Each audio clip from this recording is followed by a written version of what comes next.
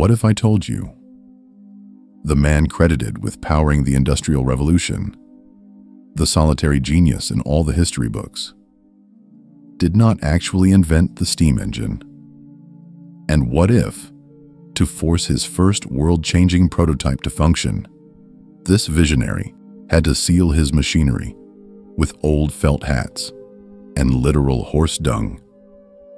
What if the man celebrated as history's greatest innovator actually wielded a 25-year legal monopoly to ruthlessly crush competing engineers, actively delaying the next era of technological progress? It entirely shatters the comforting illusion of the tidy lightning bolt eureka moment in a pristine laboratory, doesn't it? Before we pull back the curtain on this multi-dimensional reality, a tale of corporate cartels, the bloody height of the French Revolution, the invention of modern office equipment, and the profound dawn of modern chemistry. Welcome to Legendary Lives Unveiled. If you are drawn to the shadows of history and the untold truths of brilliant, deeply flawed minds, be sure to like, share, and subscribe to our channel. Leave a comment below on which historical titan we should dismantle next. Your support allows us to keep unearthing the profound secrets of the past. Now, let us step into the dark. To truly understand this deeply anxious hypochondriac, we must begin in the first half of the 18th century. On January 19th, 1736, in a bustling, salty seaport on the River Clyde called Greenock. It was the gateway connecting Scotland to the Americas. James Watt did not emerge from a towering, smoke-filled Dickensian city. He was an incredibly sickly child, plagued by severe migraines, debilitating toothaches, and an overall frail constitution that kept him out of traditional schools for a large part of his childhood. But isolation bred an extraordinary intellect. He was largely homeschooled by his formidable mother, Agnes Muirhead, an exceptionally well-educated woman who gave him a strong foundation in classical literacy, mathematics, and a deep curiosity about the natural world. His physical environment was equally transformative. His father, James Watt Sr., was a prominent figure in Greenock, a shipwright, a shipowner, a general merchant, and the town's chief bailey, roughly equivalent to a local magistrate. Yet, we must acknowledge the brutal historical reality of a major British seaport in the 1730s. The wealth of Greenock and the comfortable early life of James Watt was directly tethered to a transatlantic shipping economy, deeply intertwined with the slave trade.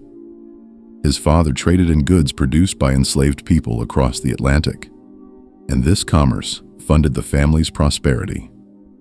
For young James, this wealth meant unrestricted access. His father's workshops were an absolute playground. Surrounded by master shipwrights and metal workers, he wasn't playing with wooden blocks.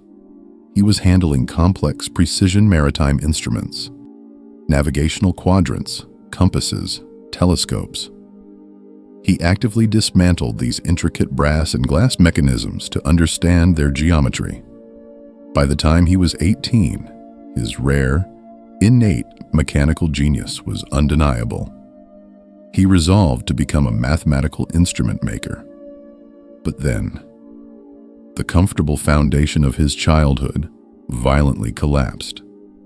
His mother passed away, and his father's business suffered catastrophic financial losses following a shipwreck. Suddenly destitute, Watt had to make his own way. He traveled to Glasgow, and eventually to London, the absolute epicenter of precision instrument making in the mid-1750s, to secure a formal apprenticeship. Working punishing hours under a master named John Morgan, he absorbed a lifetime of mechanical knowledge in a fraction of the time. But London was incredibly harsh. The abysmal air quality aggravated his natural frailty. Furthermore, there was a constant, terrifying threat stalking the foggy streets: the press gangs. The British Navy, desperate for manpower, would literally kidnap skilled young men right off the streets and force them into military service on warships. A highly skilled metalworker like Watt was a prime target. Driven by failing health and the sheer terror of forced conscription, he fled the city before his 21st birthday. He retreated to Glasgow, armed with the skills of a London master, ready to open his own shop. And here, he slammed face first into an administrative brick wall. The local tradesman guild, specifically the Incorporation of Hammermen, blocked him from opening a business. These medieval guilds operated as cartels, legally controlling who could practice a trade to protect existing members from outside competition. Because this 20-year-old prodigy lacked the mandatory 7-year local apprenticeship paperwork, they legally barred him from practicing his craft. Watt was undeniably one of the most skilled instrument makers in Scotland, yet bureaucratic protectionism effectively exiled him from the commercial high streets of his own city. Right at the starting line of the Industrial Revolution, a rigid medieval guild system was trying to strangle innovation. He was completely stuck, until a bizarre loophole and a shattered shipment of scientific gear from Jamaica altered the course of history. Alexander Macfarlane, a Scottish merchant and astronomer who passed away in Jamaica, bequeathed his extensive collection of astronomical instruments to the University of Glasgow. But the brutal transoceanic voyage ruined them. Salt air tarnished the brass. The rocking ship knocked precision optics out of alignment. Several crucial pieces were simply broken. The university professors possessed crates of highly complex broken junk. They desperately needed an expert, and they knew the local hammermen, mostly blacksmiths, lacked the delicate mathematical precision required to fix high-end telescopes. Crucially, the University of Glasgow possessed absolute autonomy. The jurisdiction of the city guilds did not extend onto the campus. In 1757, they quietly brought James Watt in, giving him a small, covert workshop right in the heart of the university. This was not just a job. It was an intellectual elevation. By placing him within the university, he was suddenly immersed in the vibrant, radical hub of the Scottish Enlightenment. Bestowed the title of mathematical instrument maker to the university, he transitioned from being locked out by blacksmiths to rubbing shoulders with absolute intellectual giants. His workshop became a gathering place for the faculty. He struck up a deep, foundational friendship with Joseph Black, the brilliant chemist and physicist. He became well acquainted with Adam Smith, the moral philosopher who would eventually author the monumental The Wealth of Nations and define modern economics.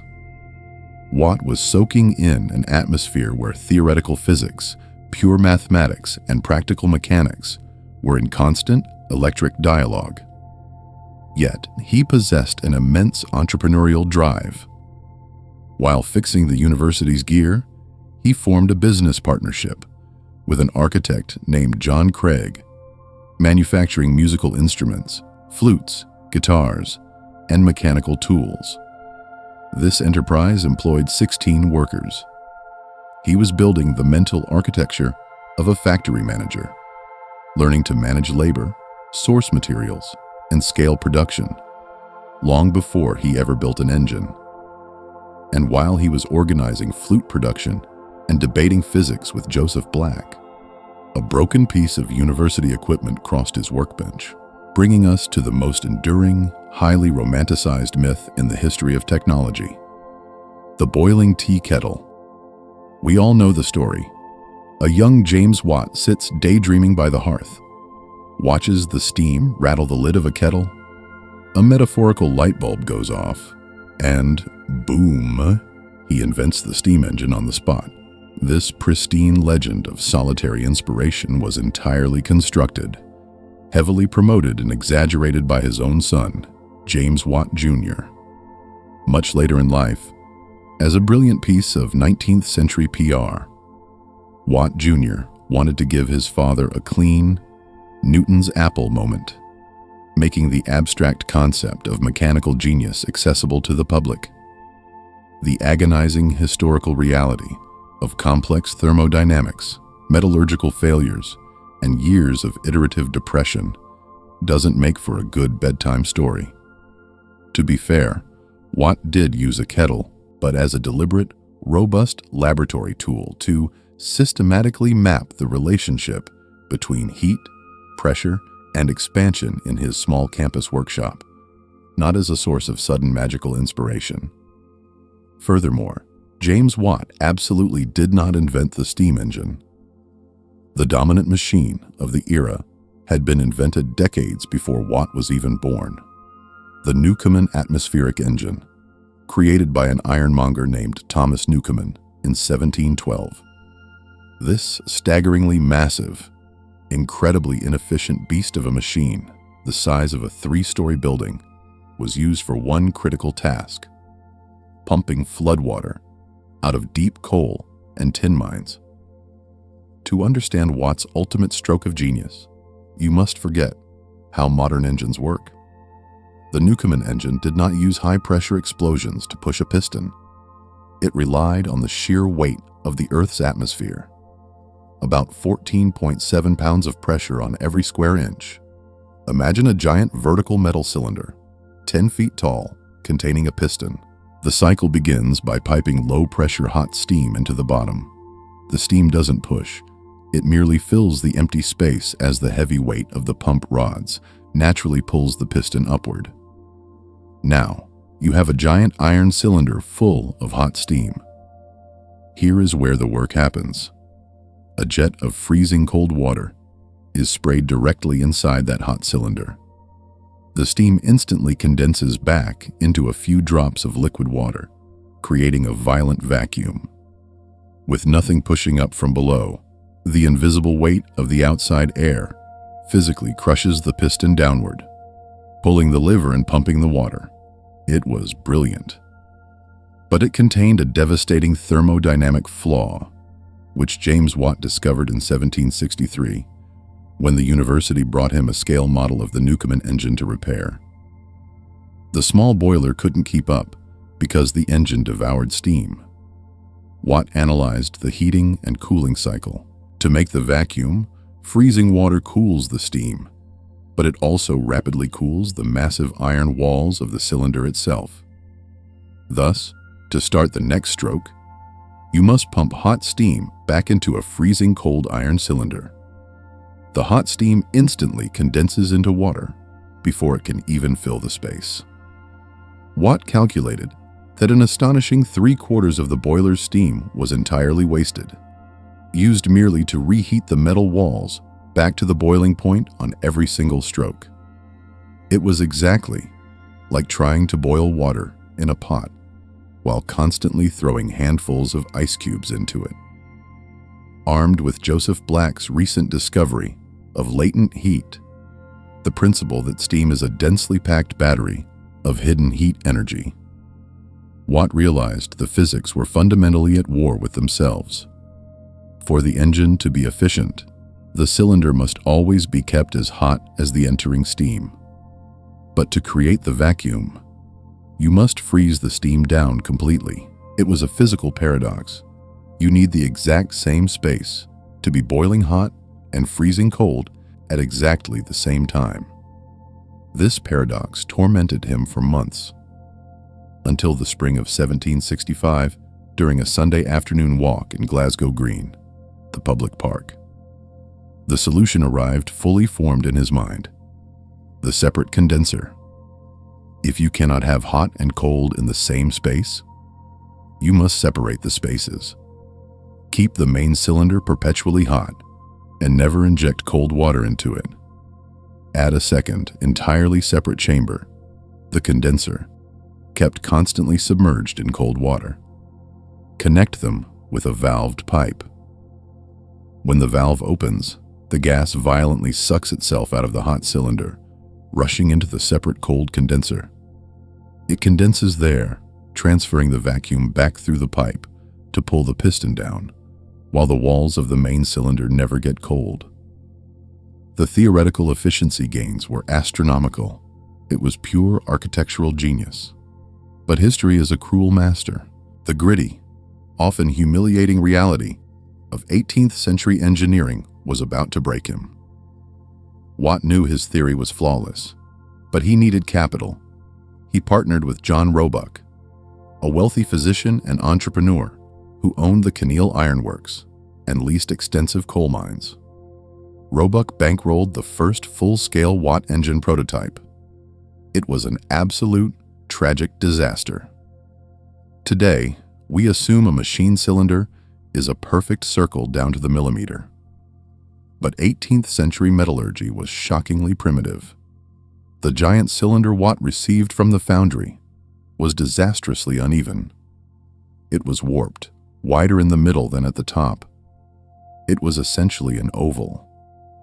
The piston moving inside couldn't possibly form a tight seal. The old Newcomen engines solved this crudely by letting a pool of cold water sit on top of the piston to seal the gaps. Watt couldn't do that. His entire stroke of genius relied on keeping the cylinder relentlessly hot. Pouring cold water inside would recreate Newcomen's fatal flaw. Without a seal, the pressurized steam just blew right past the edges of the piston. No vacuum, no movement. Desperate for a pliable, heat-resistant material to fill the shifting gaps of an oval cylinder, the great genius of the Enlightenment tried packing the piston edges with cork. It degraded. He tried stuffing it with oiled rags. The steam blew right through them. He frantically ripped up old felt hats, jamming them into the machinery. When all else failed, he resorted to horse manure. He literally packed the cylinder of history's most advanced machine with literal horse dung, praying the fibrous clay-like consistency would hold the steam pressure. It did not work. It perfectly strips away the romance of invention. He had conceived a 19th century theoretical concept, but was physically trapped in an 18th century manufacturing reality, where the tools to build his idea simply did not exist. He spent years in the wilderness, pouring Roebuck's money into a machine that just gasped and leaked. Roebuck was sinking into massive debt from his flooding coal mines. Watt had a growing family, no income, and his spirit was entirely broken. In 1769, he wrote a letter containing one of the most sobering admissions in the history of science. Of all things in life, there is nothing more foolish than inventing. The man destined to build the modern world was completely defeated by it. He locked the steam engine away in a shed. From 1766 to 1774, he abandoned his calling, trudging through freezing Scottish mud to survey routes for the Monkland Canal just to feed his family. Deeply introverted and naturally hypochondriac, he despised the messy human element of business, declaring he would rather face a loaded cannon than settle a disputed account. But the tragedy had not yet crested. While he was miles away in the brutal Highland weather, his beloved first wife, Margaret, whom he called Peggy, died in childbirth, delivering a stillborn son in 1773. He returned to a shattered household, just as John Roebuck officially declared bankruptcy. Watt's life was in ashes. He was grieving, drowning in debt, and his only asset, the patent for the separate condenser, was tied up in a Scottish bankruptcy file. It truly looked as though James Watt would fade into the forgotten margins of history. But history hinges on incredibly strange, razor-thin moments. The crushing bankruptcy of John Roebuck is, in reality, the hidden trigger that launches the Industrial Revolution. It turns out, Roebuck owed a considerable sum of money, around £1,200, to a manufacturer down in Birmingham named Matthew Boulton. Enter Matthew Boulton. Whenever you look at the trajectory of James Watt, Boulton feels like a massive gravitational force pulling him out of the darkness. He was everything James Watt was not: Incredibly wealthy, naturally charismatic, aggressively optimistic, and fiercely ambitious. He owned the Soho manufactory in Birmingham, one of the largest and most advanced metalworking factories in the world, producing silver plate, buttons, buckles, and luxury goods for the aristocracy. But Bolton had a devastating power problem. His factory relied on a water wheel situated on a stream that constantly dried up in the summer, entirely halting production. When Roebuck went bankrupt, Bolton looked at the shattered assets and saw the patent for Watt's engine. Instead of demanding cash that Roebuck didn't possess, Bolton agreed to forgive the 1,200-pound debt in exchange for Roebuck's 2/3 share in the steam engine patent. Bolton essentially bought the rights to the future. His vision was far grander than Watt's. While the traumatized Watt merely wanted to build a slightly better pump for coal mines, Bolton looked at the separate condenser and saw the key to universal manufacturing. He famously declared to King George III, "I sell here, sir, what all the world desires to have, power." It is the ultimate template for a modern tech empire. A brilliant, reclusive engineer teaming up with a ruthless, visionary executive who knows how to sell it to the world. Watt possessed the pure code, but Bolton provided the exact ecosystem Watt lacked: the infrastructure, the political connections, and the marketing genius. In 1774, Bolton convinced Watt to leave his grief behind in Scotland and move to Birmingham, bringing the disassembled parts of the doomed Keneal engine with him. Bolton gave him a comfortable salary, a team of the finest metalworkers in England, and a mandate to finally perfect the machine. But throwing money at the problem does not rewrite the laws of physics. They still faced the fundamental 18th century manufacturing bottleneck: the warped cylinder and the leaking piston. They were saved by a third genius, an ironmaster named John Wilkinson. Wilkinson cared nothing for steam engines. His obsession was military cannons. The traditional method of casting a solid block of iron and drilling a hole down the middle resulted in wandering drill bits and uneven barrels that caused cannons to violently explode. A very bad day for artillerymen. To solve this, Wilkinson invented a revolutionary new boring machine that supported the cutting shaft on both ends, rather than just pushing it from one side.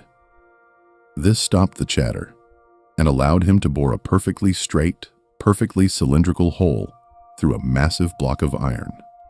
Bolton, always connecting the dots, realized a cannon barrel is simply a very thick steam cylinder.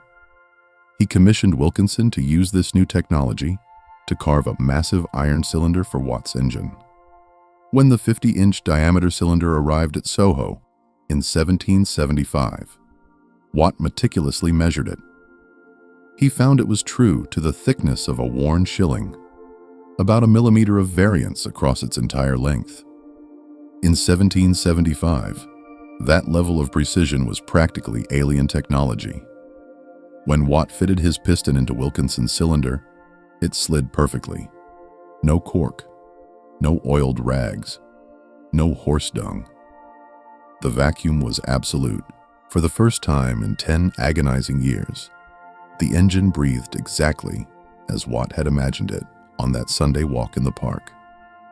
Yet, we cannot discuss the stabilization of James Watt without acknowledging another crucial figure: his second wife, Anne McGregor, whom he married in 1776. Watt was profoundly fragile, prone to deep depressive episodes he called the blues, where he would be paralyzed by anxiety and take to his bed with migraines for days. Anne McGregor was the anchor that kept him from drifting out to sea. The surviving archives show that while Watt was traveling to Cornwall to install engines, Anne was actively managing the Soho enterprise. She handled technical correspondence, business negotiations, and acted as a critical liaison between Watt and Bolton. She was a stabilizing force for both the fragile inventor and the rapidly growing company. By the late 1770s, the pieces were in place. They possessed a working, hyper-efficient engine. What did they do next? They built an absolute, ironclad, inescapable corporate monopoly and defended it with a ferocity that terrified their competitors. In 1775, Bolton realized they faced a massive legal crisis. Watt's original patent for the separate condenser was filed in 1769. Patents lasted 14 years, meaning 6 years of protection had already been devoured by the Canal failure, the Canal surveying, and Roebuck's bankruptcy. Bolton knew outfitting factories across Britain required staggering capital investment, and 8 remaining years wasn't enough. Leveraging his immense political influence, Bolton bypassed the Standard Patent Office and lobbied Parliament directly. He argued that Britain's industrial future depended on their success. Parliament bought it. They passed an act extending Watt's patent all the way to the year 1800, granting them an unprecedented 25-year monopoly on the very concept of fuel-efficient steam power. With this legal fortress constructed, they implemented a business model centuries ahead of its time, a software-as-a-service model in the 18th century. If a mine owner wanted a Watt engine, they didn't just write a check and buy the machine. The customer had to buy all the raw timber, the bricks, the copper, and hire the local labor to physically build the engine house. Bolton and Watt merely provided the engineering diagrams, the foreman, and the precision cylinder from Wilkinson. How did they make their money? Through an inescapable licensing fee called a premium. Because Watt's engine burned vastly less coal than the Newcomen engine, Bolton and Watt calculated exactly how much coal was saved. The mine owner was legally obligated to pay them 1/3 of the financial value of the coal saved every single year for the entire life of the patent. On paper in a Birmingham boardroom, it sounded entirely fair, but down in the deep, muddy, incredibly wet copper and tin mines of Cornwall, the operators absolutely despised it. Operating on razor-thin margins and forced to import expensive coal by sea from Wales, the Cornish miners felt this ongoing premium was an extortionate tax. They had paid for the bricks and labor. The engines sat on their land. Why were they sending thousands of pounds to 2 wealthy industrialists hundreds of miles away, just for the idea of a separate condenser? The local Cornish engineers, brilliant mechanics like Edward Bull and the Hornblower brothers, Jonathan and Jabez, decided to fight back by innovating around the patent. Jonathan Hornblower invented a compound engine using 2 cylinders to let the steam expand twice. Bolton and Watt responded with overwhelming legal force. Watt, the man who claimed he hated conflict, spent the 1790s acting as a relentless corporate enforcer. Their lawyers argued the 1769 patent wasn't just for a specific mechanical layout, but a patent on the underlying principle of condensing steam in a separate vessel. It didn't matter if you used 2 cylinders or pumped it upside down. If the steam left the hot cylinder, it infringed on their intellectual property. The British courts heavily favored established property rights and overwhelmingly sided with them, crushing the Hornblowers with legal fees and injunctions. This brings us to a fiery historical debate. Did the father of the Industrial Revolution actually become its primary roadblock? Was James Watt protecting his hard-earned invention, or was he history's most successful patent troll? The crux of the argument against Watt involves high-pressure steam. All of Watt's engines were low pressure, relying on the vacuum. But engineers knew that generating steam at extremely high pressure could push the piston directly with raw explosive force. High-pressure engines didn't need a vacuum, which meant they didn't need a separate condenser, completely bypassing Watt's patent. Furthermore, they didn't need massive beams or giant cylinders. They could be made small, light, and portable. Engines you could put on wheels. High-pressure steam was an existential threat to Boulton and Watt's business model. Watt aggressively campaigned against it, citing the legitimate risk of cast iron boiler explosions. But he went far beyond safety warnings. He used his towering reputation to culturally suppress experimentation, and even tried to get Parliament to legally ban high-pressure engines outright, legislating the competition out of existence. The proof of this suppression is what happened the minute Watt's patent finally expired in 1800. It was as if a dam had burst. A brilliant, fiery Cornish engineer named Richard Trevithick, who grew up watching his father get squeezed by Watt's premiums, unleashed a small, powerful high-pressure engine. Within just 4 years, in 1804, Trevithick mounted his engine on iron rails and invented the world's first steam railway locomotive. The man who gave us the steam engine actively delayed the invention of the steam train. While Watt was acting as a conservative corporate enforcer in the courts, his personal life was becoming dangerously entangled with the most radical, anti-establishment political movements on Earth. He was a core member of the Lunar Society of Birmingham. The Lunar Society was an informal, astronomically influential dining club of brilliant philosophers, eccentric inventors, and industrialists who met on the Monday nearest the full moon. The timing was entirely practical. Without 18th century streetlights, they needed the bright moonlight to guide their carriages safely home along the rutted, muddy roads after a long night of drinking and debating. The lunatics were a virtual roster of the British Enlightenment. Sitting at that table alongside Watt and Boulton was Erasmus Darwin, the towering, charismatic physician and grandfather of Charles Darwin. There was Josiah Wedgwood, the visionary pottery magnate who practically invented modern industrial marketing. And there was Joseph Priestley, a radical polymath, dissenting clergyman, and the brilliant chemist credited with discovering oxygen.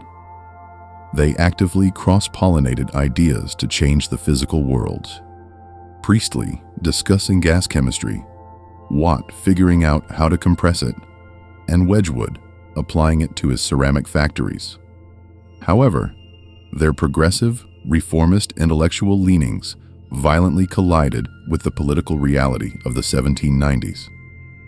Across the English Channel, the French Revolution was erupting, sending shockwaves of terror through the British establishment. The monarchy was terrified the anti-aristocratic contagion would spread, and the Lunar Society became highly suspect. Joseph Priestley was very vocal in his dissenting religious views and his sympathy for the democratic ideals of the early French Revolution. The establishment decided to make an example of him.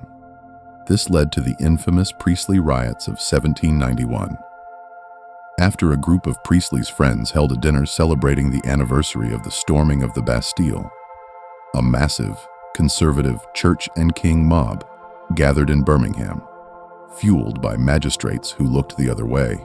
The mob descended, systematically destroying Priestley's life.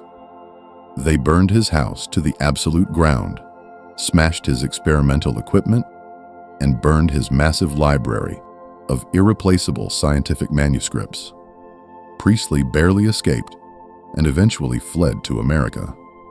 The mob violence raged for days.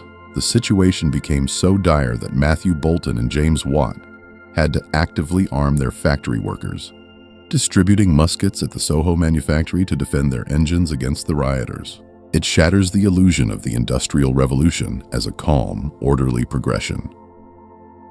And right in the epicenter of this political chaos was Watt's own son, James Watt Jr.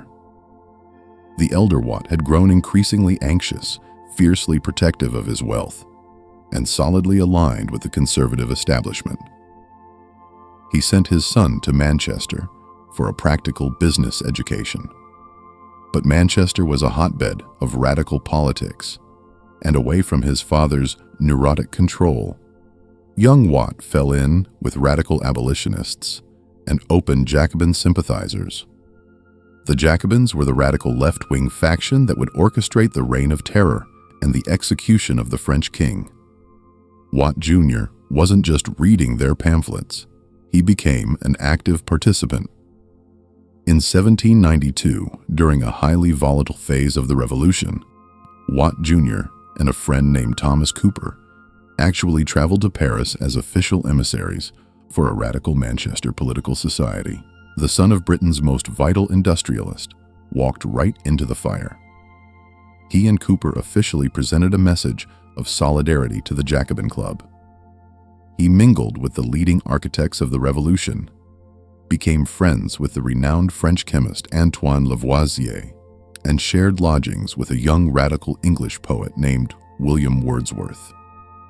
Most shockingly, historical records indicate that young Watt publicly defended the September massacres, a horrific episode where Parisian mobs preemptively slaughtered over 1,000 prisoners they feared were counter-revolutionaries. The panic this caused back in Birmingham was absolute. The conservative press seized the story. Watt Jr. and Cooper were publicly denounced by name on the floor of the British Parliament by Edmund Burke, branded as dangerous radicals conspiring with the enemy. There were very real threats that Watt Jr. would be arrested and prosecuted for treason. The elder Watt must have been suffering daily nervous breakdowns. He was desperately trying to secure his patent monopoly with the British government, while his son was basically cheering for the guillotine in France. As the Reign of Terror escalated and paranoia turned inward, Watt Jr. realized he was no longer safe in Paris, but couldn't return to England to face trial. He fled into self-imposed exile in Italy, dodging spies and political fallout. But what is truly bizarre is the psychological turnaround Watt Jr. goes through later in life, a transformation that would deliberately warp the very fabric of history. By 1794, the political heat in England had cooled slightly. Strings were pulled, almost certainly utilizing Matthew Boulton's deep connections with the government, and Watt Jr. was allowed to safely return home. He reintegrated into the family business, eventually taking over the management of the massive Soho foundry alongside Boulton's son. But the fiery revolutionary vanished completely.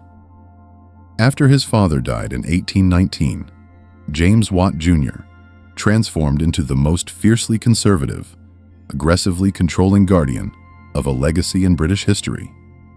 He became the ultimate historical PR manager. He obsessively controlled biographical references.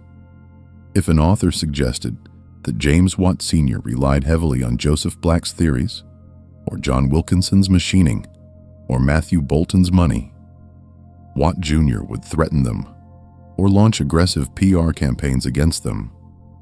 He curated the legend of the solitary, heroic genius who single-handedly brought fire and steam to the world. He is undoubtedly the one who polished up that tea kettle myth. He knew exactly how to manufacture a legend. But while Watt Jr. was managing the PR, we must pivot back to how Watt Sr.'s brain actually operated, because his genius extended far beyond massive iron pumps. In fact, he invented something in 1780 that completely revolutionized the flow of information. He invented an 18th century photocopier. The letter copying press is perhaps his most enduring, yet least celebrated invention. There were no lasers, no toner, no electricity. It was an ingenious solution born entirely out of personal frustration. As the steam engine business exploded, Watt found himself writing thousands of complex technical letters, contracts, and engineering diagrams. Before 1780, if you wanted a copy of a business letter for your records, a clerk had to sit at a desk and copy it out by hand, word for word. It was tedious, incredibly slow, and highly prone to dangerous errors, especially with engineering dimensions. So, Watt approached the flow of information the exact same way he approached the flow of steam. He looked for a mechanical efficiency. He developed a highly specialized chemical and mechanical process. First, he invented a unique, slow-drying ink, heavily saturated with gum arabic and roasted galls. He actually kept the chemical formula for this ink written in a secret code, knowing that if competitors stole it, they could forge documents or steal his copying process. You would write your original letter using this thick, slow-drying ink. Then, you would place a sheet of specifically treated, extremely thin tissue paper over the top of your original letter. But if you press dry tissue paper onto wet ink, you just get a smudge. Moisture was the key variable. Too wet, and the ink ran into an illegible blur. Too dry, and the ink wouldn't transfer. To solve this, Watt provided a specialized wetting box to maintain the perfect humidity. You placed the damp tissue paper over the original and ran the two sheets together through a heavy mechanical press, either turning a heavy screw press or rolling it through brass cylinders. The immense pressure forced the slow-drying ink to bleed deeply into the damp tissue paper. Naturally, the image transferred to the tissue paper was entirely reversed, like looking in a mirror. And this is where the sheer cleverness of the invention shines. Because the tissue paper was deliberately made to be incredibly thin and translucent, you didn't read the front. You simply flipped the tissue paper over, held it up, and read the original forward-facing text right through the back of the translucent page. It was elegantly simple once you understood the chemistry. But as with all early tech, early adopters had some serious user interface issues. The archives contain a wonderful exchange between Watt and the highly famous British engineer John Smeaton. Smeaton bought the press intending to use it for his architectural drawings, but couldn't get it to work. He wrote frustrated letters to Watt, complaining that his copies were far paler than intended, and that the complex lines of his diagrams were broken and detached. It is the absolute dawn of the eternal struggle with the office printer. Smeaton, lacking a delicate touch, didn't know if the problem was the paper, the ink, or his technique. The root of the problem was the moisture. Smeaton's press, for whatever reason, was not supplied with Watt's crucial wetting box. Smeaton wrote back, pointing out that without a standardized way to dampen the paper, the machine would not satisfactorily succeed in many hands. Despite Smeaton's struggles, the copying press was a commercial juggernaut. It produced an exact, unalterable facsimile of a document you couldn't forge. Benjamin Franklin bought one. George Washington used one extensively to manage his correspondence. Its longevity is astounding. The legal profession embraced it so thoroughly that the British Law Society continued to use Watt's copying press system for secure documents all the way into the 1950s. A 170-year lifespan for a piece of office tech. He essentially gave birth to modern office automation. This relentless drive to understand the hidden mechanics of the world brings us to his deep involvement in theoretical chemistry and a fiercely contested intellectual brawl known as the water controversy. At this time, chemistry was violently tearing itself away from medieval alchemy. For centuries, since the time of the ancient Greeks, water was universally considered a fundamental, indivisible element, a base building block of the universe. But in the 1780s, that dogma was suddenly shattered by the discovery of gases. The controversy was a fierce multi-decade priority dispute over who exactly discovered that water is not an element, but a compound made of two distinct gases. The heavyweights in this brawl were James Watt, the French aristocratic chemist Antoine Lavoisier, and a deeply eccentric English scientist named Henry Cavendish. Cavendish was an incredibly meticulous, reclusive, brilliant scientist who was terrified of women and barely spoke. But his laboratory work was unparalleled. Experimenting with gases using electrostatic sparks, he isolated a specific gas he called inflammable air, which we now know as hydrogen. He discovered that when he mixed this inflammable air with atmospheric air and sparked it, it exploded, and the residue left on the glass was pure liquid water. He literally blew up hydrogen and created water from nothing but gas, breaking the entire classical understanding of the universe. But Cavendish was operating under an outdated, flawed chemical theory called phlogiston. Phlogiston was the 18th century attempt to explain fire. Scientists believed anything combustible contained an invisible fire-like element called phlogiston. When wood burned, they thought it was releasing its hidden phlogiston into the air. And when the air became full of it, the fire choked and went out. It was almost like antimatter oxygen. They had the mechanism completely backwards. So when Cavendish isolated pure hydrogen, he thought he had finally isolated pure physical phlogiston. He didn't understand the true nature of what he had done. Cavendish communicated his data to his friend Joseph Priestley, who casually mentioned it to James Watt. Watt, who spent his entire life thinking about how water turns into gas and back again inside his engines, analyzed the data. In 1783, he formulated a bold hypothesis, writing a paper suggesting that water is not an element, but a compound formed by the union of two distinct airs. Though he too was confused by the phlogiston terminology, Watt hesitated. He delayed officially reading his paper to the Royal Society, a fatal error in science.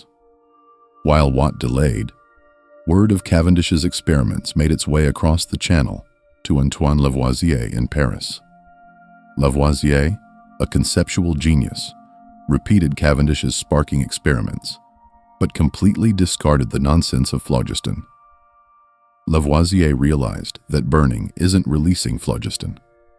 It is a substance rapidly combining with a specific gas in the atmosphere, which he named oxygen. He named Cavendish's inflammable air hydrogen the water maker. Lavoisier definitively proved that hydrogen plus oxygen equals water. By 1784, all three men published their findings, and absolute chaos erupted. Watt furiously accused Cavendish of plagiarizing his theories. Watt's friends accused Lavoisier of stealing Cavendish's physical experiments to build his oxygen theory. The modern consensus generally balances it. Cavendish gets credit for the physical experimental discovery. Lavoisier gets credit for the correct theoretical framework of oxidation, and Watt is recognized as having independently grasped the compound nature of water early on. But the fight didn't end there. Long after all three men were dead, a massive argument reignited in the 1830s between Watt's supporters and Cavendish's supporters. It was an ideological battle over the philosophy of genius itself. Do you award the crown to the man who meticulously gathers the raw data in the laboratory, or to the man who possesses the intellectual vision to interpret that data and conceptualize the broader truth? It was the eternal tension between the experimental and the theoretical physicist.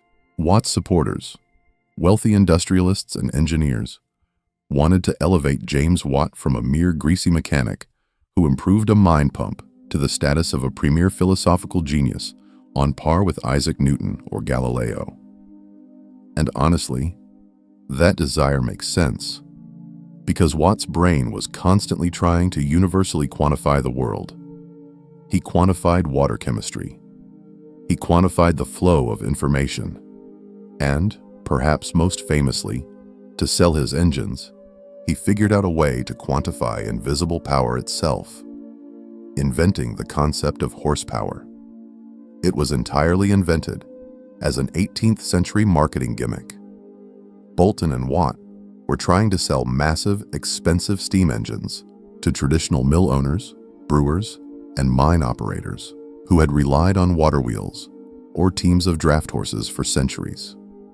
If Watt walked into a brewery and talked about cylinder volume and atmospheric pressure, the brewer stared blankly The brewer didn't care about thermodynamics. He wanted to know how many of his 50 expensive horses this loud iron machine would replace.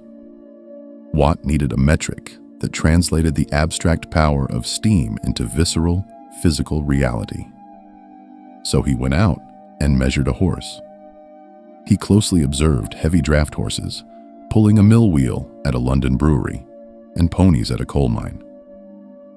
Doing ergonomic time studies on farm animals, he meticulously calculated the average distance a horse traveled in a minute, multiplied by the average weight it could pull without dropping dead of exhaustion. With some very generous mathematical rounding to make the numbers clean, he determined a baseline. A strong horse could lift exactly 33,000 foot-pounds of weight per minute, meaning a horse could lift a 33,000-pound weight exactly 1 foot into the air in 60 seconds. He dubbed this standardized unit of mechanical work horsepower. It was a masterclass in marketing. Suddenly, they could point to an engine arriving on wagons and tell the buyer, "You are looking at a 20-horsepower engine. You can fire 20 horses tomorrow morning, and this machine doesn't need to sleep." It was so conceptually effective, it became the immediate global standard for measuring mechanical output. The ultimate tribute to his obsession occurred in 1882, when the global scientific community officially named the standard international unit of power after him, the watt. When we measure the megawatts of a nuclear power plant, we are speaking of vocabulary rooted in his legacy. We have covered an immense amount of ground, from muddy Scottish canals to Parisian mobs, from horse dung seals to the dawn of modern chemistry. What is the core truth of James Watt? The truth is that he was not a solitary wizard who conjured the modern world out of a tea kettle. He was a deeply flawed, chronically anxious, brilliant man existing at the exact intersection of abstract theoretical science and grueling, filthy mechanical practice. He was a sponge who absorbed everything around him. He was a product of the Scottish Enlightenment, reliant on Joseph Black's breakthroughs. He was a product of the merchant wealth generated by transatlantic trade. He was utterly dependent on the unprecedented metallurgical precision of John Wilkinson. And most crucially, he was dependent on Matthew Boulton. Without Boulton's capital, relentless optimism, and ruthless parliamentary lobbying, the separate condenser might have rusted away in a shed. He required an entire ecosystem of collaborators, financiers, and even the rivals he fought in court to force his genius into reality. The history is messy. It's litigious. It is filled with depression and failure, but through sheer perseverance and strategic alliances, he provided the motive force for an entirely new epoch, fundamentally decoupling humanity's industrial capacity from the biological limitations of animal muscle and the geographical limitations of wind and water. I leave you with a final thought on the terrifying fragility of human progress. Think about the razor-thin margins of timing in this story. James Watt had given up. He was convinced inventing was a fool's errand. If his early partner, John Roebuck, had somehow managed to avoid bankruptcy and held on to the patent, Watt might never have moved to Birmingham. He might never have met Matthew Boulton. A mundane bankruptcy proceeding fundamentally altered the trajectory of human civilization. Would the Industrial Revolution have been delayed by 20 years, 50 years? Look around our world today. How many world-changing, revolutionary ideas are currently sitting on a hard drive or sketched out in a garage somewhere, trapped by a lack of funding or a bad legal contract, just waiting for the right visionary partner to finally bring them to life? Pure genius is rarely enough on its own. Innovation requires the exact right environment to survive. If you found value in this deep dive into the gritty, surprising reality of history's greatest minds, we need your support. Please like this video, subscribe to Legendary Lives Unveiled, and share this with anyone who craves real history. What historical figures' carefully constructed mythology should we dismantle next? Let us know down in the comments.